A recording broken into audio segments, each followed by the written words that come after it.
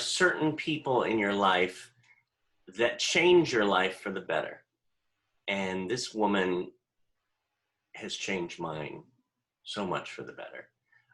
She was the head of the Media Access Office program for years. I mean, she was the program director, the casting liaison, and the MAO represented over 900 performers with disabilities.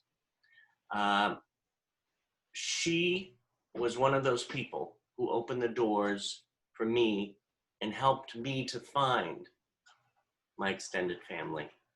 Gloria Castaneda. Gloria Castaneda, how are you? Hi, David, I'm fine. It's so good to see you. Oh my God, so good to see you. I've been wanting to do this interview for a while. Oh, I feel very privileged. Thank you.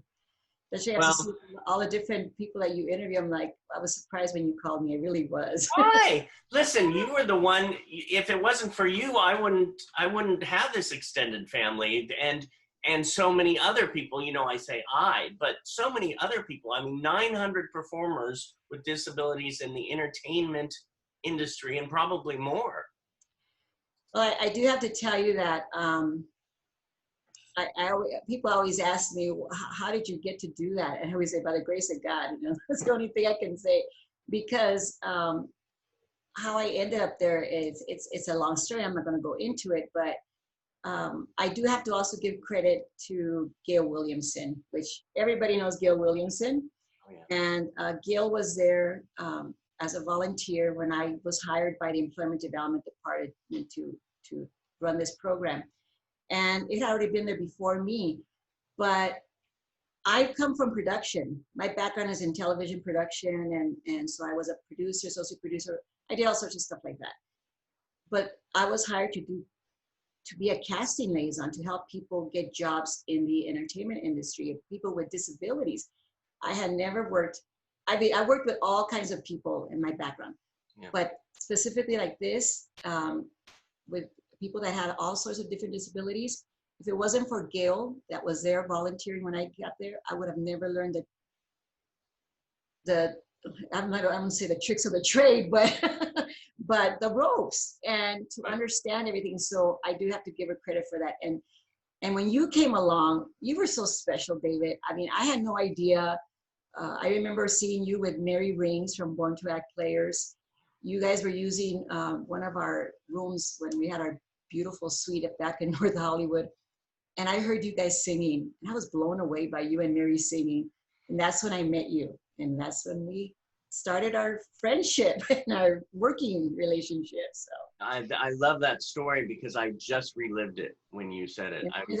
I pictured the room. I remember singing with Mary in the class, and that's the day I walked in the back room and I said, do you have any more teaching positions? It was a beautiful time. It really was special and very rewarding for me in all areas. Well, you were the backbone. You kept it all together for how many years? 15. I was there for 15 years because remember the most interesting part of all this story is that when this program was closed, it had already existed years before I came along, but it really exploded after Gail and I started working together. And when the director of EDD at the time, Mr. Michael Burnick, he was the one that made it really explode because of giving us that new office and understanding disability, because he has a son with disabilities, and he loved the entertainment industry. So everything just kind of, you know how they say, everything lined up. All the planets were lined up when this happened. Yeah. And so after we had that suite, this beautiful 4,400 square foot suite, that, do you mind if I tell the story of how we got that suite? Sure, whatever you want to say. Yeah, we want to. So when I was hired, I was actually put in a little corner of a 1,100 square foot suite. I shared it with another program from the EDD office from Canoga Park, but we were outstationed in North Hollywood. Yeah. I was literally in a little corner with two little cubicle walls. That was the media access office. And a couple of weeks after I started working, I just couldn't work that way. And Gail would come in and sit on the floor next to me in our little cubicle there against the wall. And they had another little office. I shared the suite with the job club of the Canoga Park office. So they had computers in this little room that looked like a little closet. And I thought, you know, why can't I be put in there? And they bring their computers out here. Now, this is somebody that comes from production that has no idea of how government works. You know, I was now working for the state of California for EDD, but my brain is production, you know, the way we did things. And I was talking to Gail one day. I said, you know, they really should put us in. So I called my supervisor, who was out in Canoga Park. I said, Bob, God rest his soul, Bob, you got to do something about this. I can't work like this. The people from the job club are coming here. They listen to me talking to the casting directors, and they say, can you get me a job? And I have to ask, do you have a disability? You know, it was very embarrassing. So he goes, oh, Gloria, please.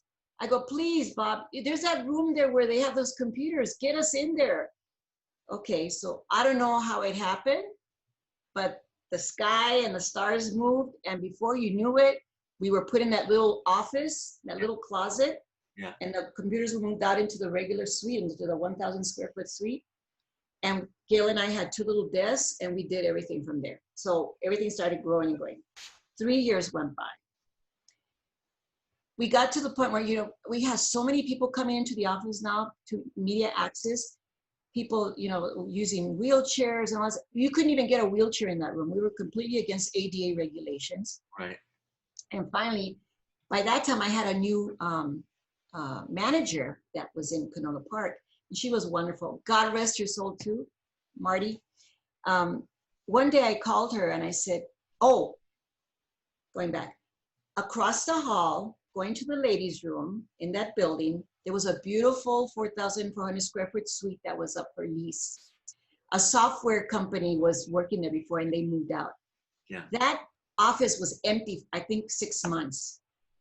And one day I said to Gail, oh, and the custodian was a friend of mine there. So I said, can I see the suite? Can I see the suite? Sure, Gloria, come in. It was beautiful. I said, oh my gosh, if we only had this suite. And I told Gail about it. She goes, you're crazy, Gloria. You think EDD is going to give us that? Can you imagine what the lease is on that, the monthly rent? I go, you're a woman of faith, aren't you? Yeah. You know I am. I said, well, you know what? Let's do this. Every time we go to the ladies' room, let's lay our hands on the door and say, Lord, if you want us to have this suite, I don't know how, I don't know when, but you will make it happen. Nothing's impossible for you. She goes, okay, I'll take you up on that. So every time we went to the lady, at least I did, I'm sure God did, I would lay my hands on the suite and say, Lord, I know that if you want, you can give us a suite. David, a month and a half passed. And one day my manager calls me up to the office and she goes, Gloria, I have a job for you. I go, what, Marty, what do you want? She goes, the new director of EDD is coming into town and you're going to host him. Oh, by the way, before that, I called Marty and I said, Marty, you got to do something. Our program's growing. We can't work like this. There's this great suite across the house. She goes, oh, honey, keep dreaming. He's never going to move you guys to that suite. Forget it. I go, okay, fine. So then a month and a half passed and she called, she goes, I have a job for you. The director of EDD is coming into town and you're going to host him. I go, what? What do you mean I'm going to host him? She goes, I'll never forget these words, David, till the day I die. Yeah. Listen to me, little girl. This is your opportunity to have the new director of EDD sitting in your car for 6 hours. And this is your opportunity to tell him about that suite across the hall for your program. Right.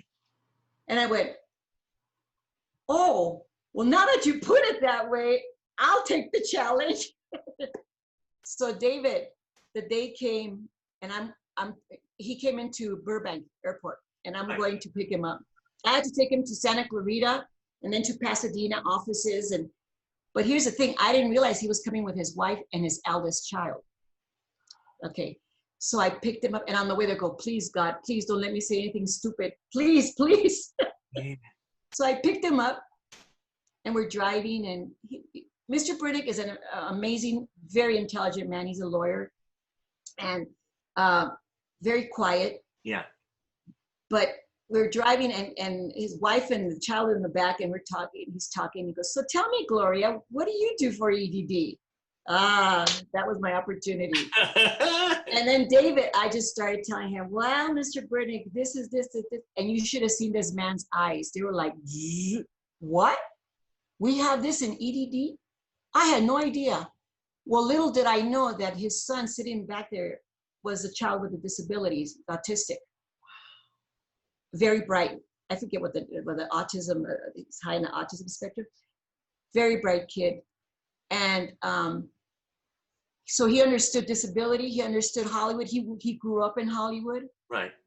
And his eyes were like, I go, what? And I say, you know what, Mr. Burdick, there's this suite across the hall, and it's beautiful, and it's big, and it'd be perfect for our program to have classes and da da da da. Goes, well, we just have to do something about this, don't we, Gloria? So when I took him back to the airport that afternoon, he says, I want you to tell your manager to call me tomorrow, and we're going to get this thing going. I'm going to have real estate at EDD call this building up and see if that suite is still available and get you guys in there. Well, a year later, we were cutting the ribbon. And David, that was a miracle because those things don't happen that quickly with government things. It was a miracle. And I remember the day they were cutting the ribbon. Mr. Burdick and Mr. Al Dave at the time was the director of our area of EDD. Yeah. And we had all these people there. Were you there, David? The day of the cut? I don't think I was there that day, no. Okay. No, I think that was before, because I moved into. Oh, that's right. You were afterwards. That's right. After. Yeah. So, I mean, it was the most amazing thing. We had so many important people there at the ribbon cutting ceremony.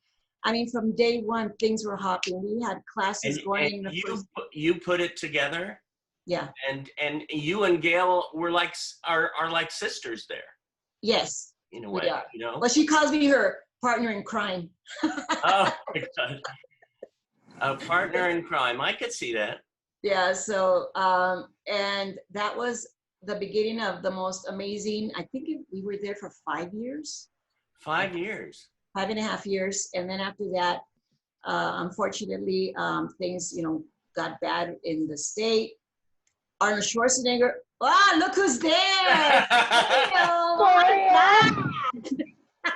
She was just talking about you. We were just talking wow. She just got to the part where I was terminated by the Terminator. Right, that's where I was going next. But wow, hi Gail, how are you? Gloria, I'm good. How are you? Good.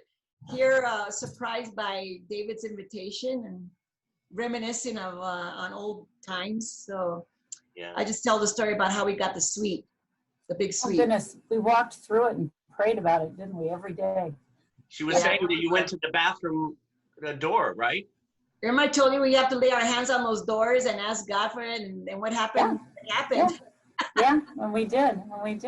We did, and it was amazing from day one until the day that they started cutting things and EDD. And the most, I guess the word is ironic, is that Schwarzenegger was governor at the time.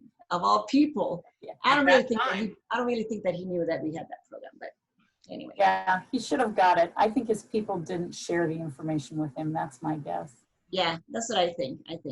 But and that's how many years were you in the North Hollywood, that big space? 5.5 years, Gail? I think so, because it was 8 years altogether that we worked together, and so some of that was in the little closet that we were in. Yeah, I told them the story too about that, how we got in that closet. But and how you used to come in and sit on the floor next to me in that little cubicle. Remember that? Yeah. That was amazing. But those were fantastic years, and then they moved me to Glendale by myself to run the program, and I ran the program for how many more years? 5 years, I think. So altogether, it was 15 years. 15 years.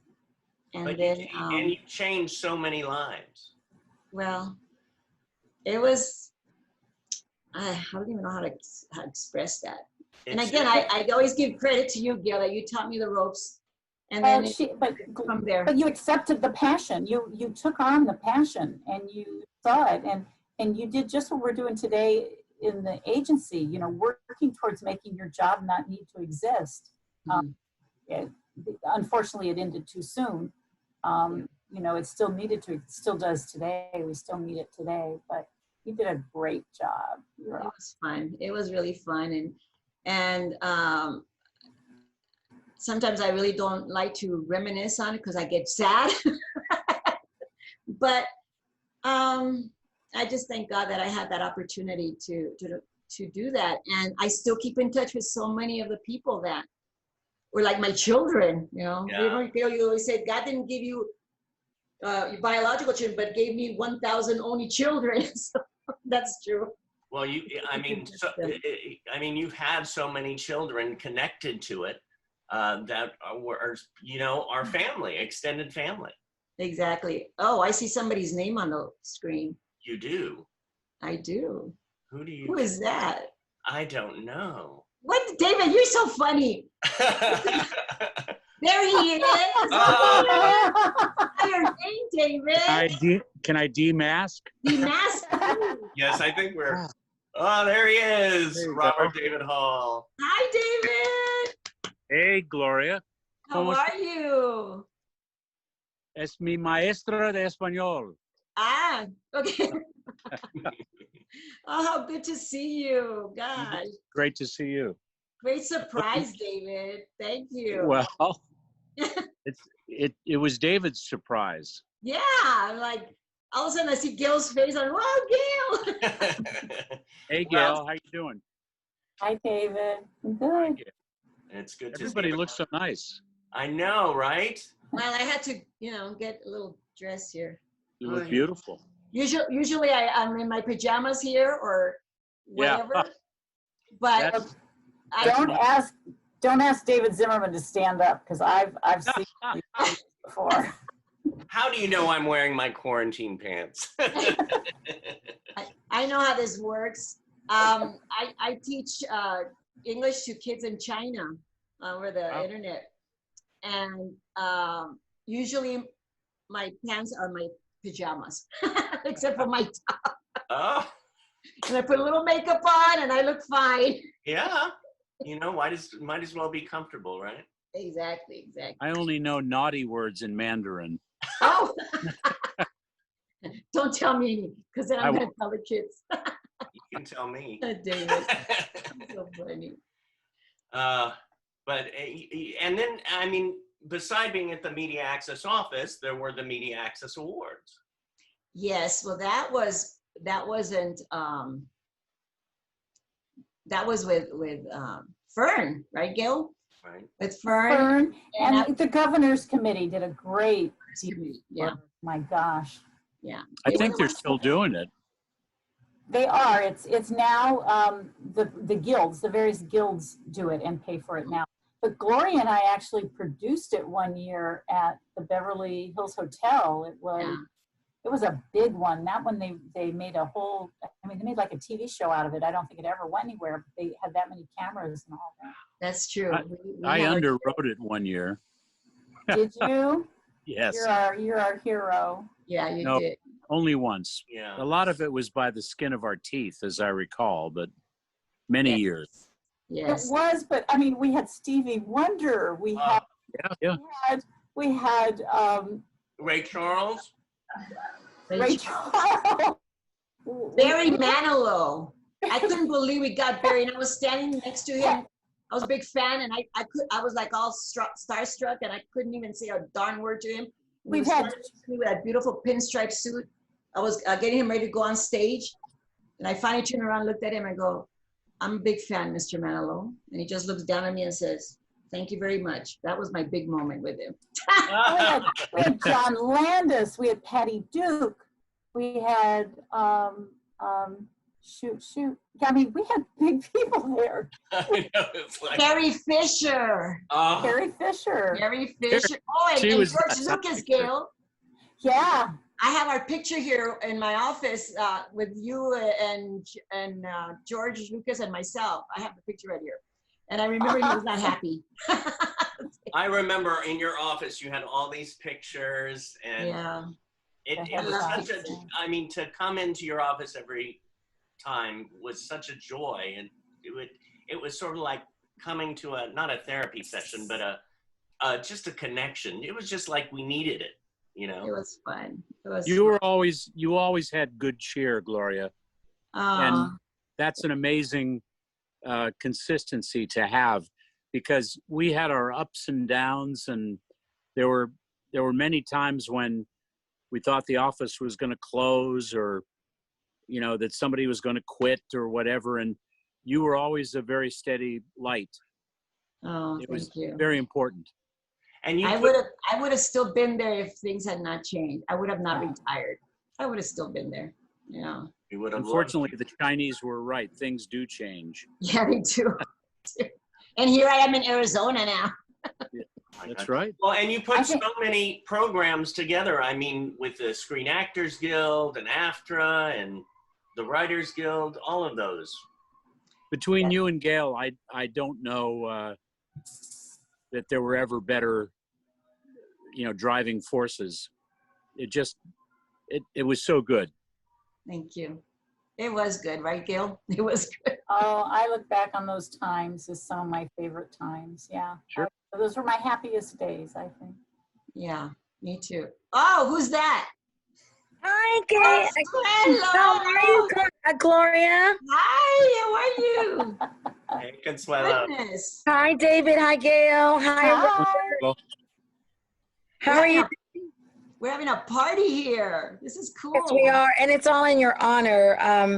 I Yep. came on just to let you know how much I appreciate the work that you've done on behalf of the performers with disabilities, especially in as far as the unions are concerned. As you know, I first met you when I was part of Writers Guild, and then AFTRA, and now SAG-AFTRA, or then SAG-AFTRA before you left. But your work has been impeccable.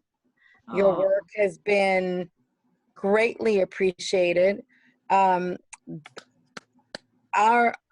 job is made much more easy and much more palatable because of people like you. Oh, thank you, Consuelo. Thank you. That means a lot to me. It really does. You're my comadre. What can I say? That's true. But thank you so much. Yeah, it's funny how after you go through certain stages of your life and you look back and you go, wow, we did all that. It just sometimes you don't even believe that you were part of it. But yeah, I'm very happy. Both Gloria, both you and Gail had such pride when somebody got even the crappiest little job. You made them feel like they'd gotten the lead in a big movie. I mean, hey, I get to say they went that way. And you go, oh, that's fantastic. That kind of encouragement really mattered at that time. Yeah, yeah. Well, it made a difference. It brought us to where we are today. I mean, if we hadn't laid the groundwork, if we hadn't, helped build that foundation, where would things be today? It made a difference. I often say in the 30 years I've been involved, I've seen more in the last 5 than I saw when we were working in the first 25. But but we were so victorious. We had such solid wins, Gloria. Right. Yeah. We did. And I just look back to us like sorting headshots and delivering them ourselves. And you remember that? Wishing someone would share the breakdowns with us. I know. Remember that? That's true. That's true. I have a good story about taking, if you don't mind, taking headshots personally. This is before everything, when we would actually, put the headshots together and go deliver them. And I had to go to Paramount Studios to deliver a packet. And so they let me into the little parking area where you go into the guards gate. And then we had to go through the little security, I don't know, what is it, a little hut there or whatever it was.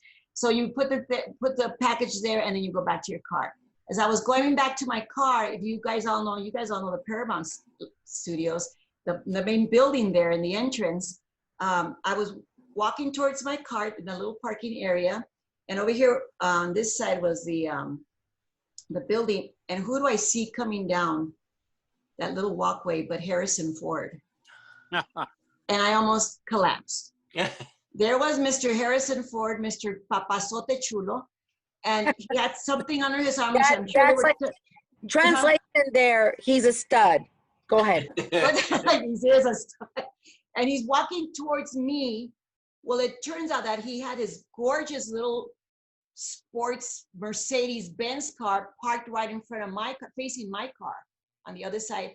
And I just didn't know what to do. And he had something under his arm. I'm sure he was coming from some kind of a production meeting for the next movie he did, or I don't know what. But he was so handsome. And I'm like, oh my gosh, it's Harrison Ford. What do I do? Don't act stupid, Gloria. So he comes right. And so we met like this. And I go, good afternoon, Mr. Ford. He goes, good afternoon. Have a nice day, Mr. Ford. You too. Have a nice day. He gets in his car and he takes out going, ah! So of course I run back to the office. I didn't have a cell phone at that time. And I call, I don't know if I told you, Gail, or somebody. I go, I just wanted to Harrison Ford. That was exciting. Anyway. Gloria, like a little giddy girl. I met Paul McCartney when I was in radio. And when I got invited to the White House, he was singing at something for President Obama. Uh-huh. And I was walking with Judy to take the elevator up the stairs. And McCartney steps out of the elevator. And I go, oh, hello, Sir Paul. This is my wife, Judy. And McCartney goes, hey, Judy. Oh, my God. That is awesome. Yeah, it was crazy. Oh, my goodness. That is great. Harrison Ford, man, what'd you call it? A Papa Chucho? What did I say, Consuelo? Papa Chulo? Papa Chulo. Yeah. Papa Chulo. Papa Chulo, it's beautiful daddy, basically it translates. Oh, yeah. That's what it translates to. I remember that one. It sounds like Papazote. Papazote is right. Papazote is like big daddy, beautiful, like gorgeous big daddy. Yo soy un Papa Chulo. Yeah. Or is it soy un Papa Chulo? Or you can say papazote. Yeah. Papazote. It's really a big papa.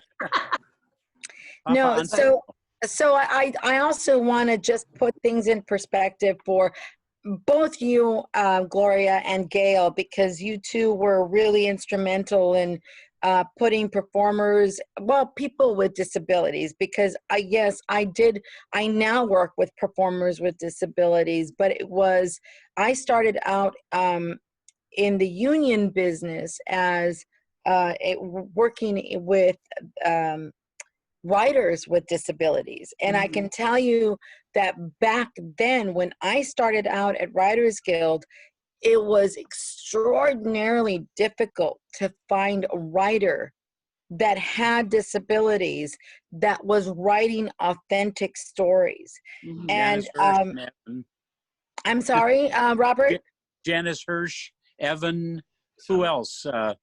Well, there was one that I'm gonna blank out on his name because he was actually a playwright first, and John then he yes, John Belushi. Yes, and he died a year after he received the Media Access Award for Writers Guild, and he had only written a very short. For a very short period of time. He had a huge future ahead of him. Yes, he did. Yeah. Yes, he did. And he was such a sweet man, just like Evan. Evan was such a sweet man, and now I'm actually really happy that the Writers Award is named after Evan, because he did so much, and it wasn't. They would not have had the opportunity to be recognized had it not been for the work that you two individuals did. So, it was a team effort, and you guys, you women, powerful, wonderful, intelligent, smart, everything women were really responsible for that. So I salute you. De acuerdo. Yes. And we were such young women then. We still are. We still are, Daniel. That's We right. still are. Mama I tried. chulas. I tried. I have one of my little girls that she's one of my regular students. She's 8 years old, very bright little girl. And I teach English to children in China, Consuelo. Yay. And this little girl, her name is Rachel. And there's this one character that the program uses. His name is Mo, and he's supposed to be thousands and thousands of years old, this character. And so I said to her, Rachel, you know that Mo is very old? She goes, yes, he's very old. I go, how old do you think I am? She goes, I go like this. And she's looking at me. She goes, 30. Oh, I said, I love you. Because that could be a very bad question to ask. No kidding. Right? Children are honest. And then I told her my real age, and I said, no, honey, I'm 60. She goes, she got this funny face. But anyway, talking about age. There you go. 60 seems pretty young to me. 60. My mother, I talked to her yesterday. She goes, how old are you, mija? You 50? I go, no, mother, I have 10 more years. She goes, what? You're 60 now, mother? You forgot how old your daughter is. Anyway. Oh, I have to say, just having everyone here, it's really, I was thinking about this all morning and yesterday, and having all the memories about being there at the media access office and the classes and the awards and all that you did, Gloria, and to have everybody here, it reminds me of one of those lunch sessions we had. I know, huh? We used to have so much fun. You're talking about Evan also. I miss him so much. Evan and I used to have such wonderful conversations, and my goal was always to make this man laugh because he was so bright, and he would come up with all this stuff, and that was my goal, to always try to make him laugh, and I happened to do that. did you guys know John Mahan passed away? John Remember Mahan. John Mann? I remember him very well. Yeah, LA Oh. Confidential. The most devout Catholic I ever knew.